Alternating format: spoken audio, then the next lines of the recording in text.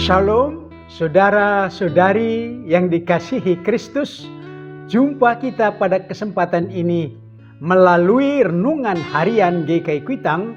Hari ini Senin 19 Juni 2023 bersama saya Pendeta Emeritus Arti Sembiring. Bahan firman Tuhan yang kita renungkan pada kesempatan ini terambil dari kitab Bilangan. Bilangan 35 ayat 11 sampai 12 saya bacakan untuk kita. Bilangan 35 ayat 11 sampai 12 demikian. Maka haruslah kamu memilih beberapa kota yang menjadi kota-kota perlindungan bagimu, supaya orang pembunuh yang telah membunuh seseorang dengan tidak sengaja dapat melarikan diri ke sana. Kota-kota itu akan menjadi tempat perlindungan bagimu terhadap penuntut balas, supaya pembunuh jangan mati sebelum ia dihadapkan kepada rapat umat untuk diadili. Dari ayat ini, tema kita berbunyi tegaknya keadilan. Saudara-saudari, kalau kita amati gejolak rasa keadilan di masyarakat kita itu sangat tinggi. Dalam proses pengadilan perkara yang berat, masyarakat mengharapkan adanya keadilan dalam putusan pengadilan. Seperti pengadilan dengan tersangka korupsi atau pembunuhan oleh seseorang, majelis hakim dalam mengambil keputusan diharapkan putusannya yang adil dan benar. Untuk itu ada ketentuan sebagai landasannya, yaitu undang-undang. Firman Tuhan, bahan renungan kita ini adalah suatu proses untuk tegaknya keadilan, terutama dalam perkara yang berat, yaitu pembunuhan. Hukum Taurat adalah dasar pengadilan dan memutuskan atas suatu perkara. Hukum Taurat menghendaki agar tegak keadilan, sehingga ditetapkan, kita bisa baca dalam Taurat, mata ganti mata, gigi ganti gigi. Secara sederhana dapat kita artikan kerugian baik materi maupun fisik harus dibayar atau ditanggung oleh yang melakukannya, dan keputusan ini diambil oleh rapat umat yang menjadi pengadilan mereka.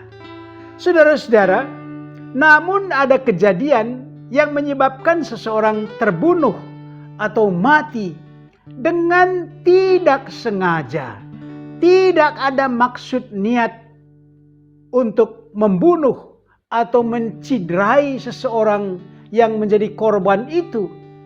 Dalam kejadian ini sangat sulit untuk menegakkan keadilan, seperti yang kita dengar tadi, nyawa ganti nyawa. Orang yang menyebabkan kematian itu bisa lari ke kota perlindungan agar perkaranya atau keadilan itu dapat dia jelaskan dengan bukti-bukti menjadi pembelaannya. Kalau benar kejadian itu tanpa motivasi yang merugikan atau menciderai seseorang, maka demi tegaknya keadilan dia terbebas dan harus tinggal di kota perlindungan ini sampai matinya imam besar yang diurapi. Kemudian dia bisa pulang ke tempatnya. Saudara-saudari, untuk tegaknya keadilan, maka mata ganti mata, menyadarkan umat agar sungguh-sungguh bertanggung jawab atas perlakuannya. Bagaimana dengan dosa? Rasul Paulus menyebut untuk tegaknya keadilan dalam akibat dosa, maka mereka yang berdosa harus menanggung maut, karena upah dosa ialah maut. dosa yang membawa maut tadi telah menjalar ke seluruh alam raya ini, termasuk ke ruang angkasa, di segala planet, di segenap alam raya ini. Untuk tegaknya keadilan, perbuatan baik, amal baik, ibadah tidak cukup membayar hutang maut, yaitu kebinasaan. Bagaimanapun baiknya, seberapapun besarnya amal baik, bagaimanapun ketaatan ibadah seseorang, tidak mampu membersihkan dosa dari dirinya. Namun, ada kota perlindungan bagi kita, yang landasannya ialah kasih yang besar. Dasarnya bukan perbuatan manusia. Di dalam kota perlindungan ini, kita terlindung menantikan pengadilan oleh Hakim Agung, yaitu penghakiman terakhir. Demi tegaknya keadilan, kita akan didakwa menerima kebinasaan. Namun ada pembela bagi kita. Dia telah membayar hutang maut itu. Di dalam kasih-Nya kita terlindungi. Pengakuan, penyerahan diri, iman, itulah yang menghubungkan kita, mengikat kita dengan kota perlindungan ini, yaitu Yesus Kristus Juru Selamat. Pengakuan, penyerahan diri, iman memang tidak semurah itu. Semua itu dalam bimbingan kuasa Roh Kudus. Oleh Roh Kuduslah memampukan kita beriman kepada Yesus Kristus. Demikian kita telah merayakan besarnya hari turunnya Roh Kudus, yaitu hari Pentakosta. Mari kita aplikasikan renungan ini dengan pokok-pokok berikut. Pertama, adilkah Allah membiarkan Tuhan Yesus menderita dan mati, membayar hutang maut orang berdosa?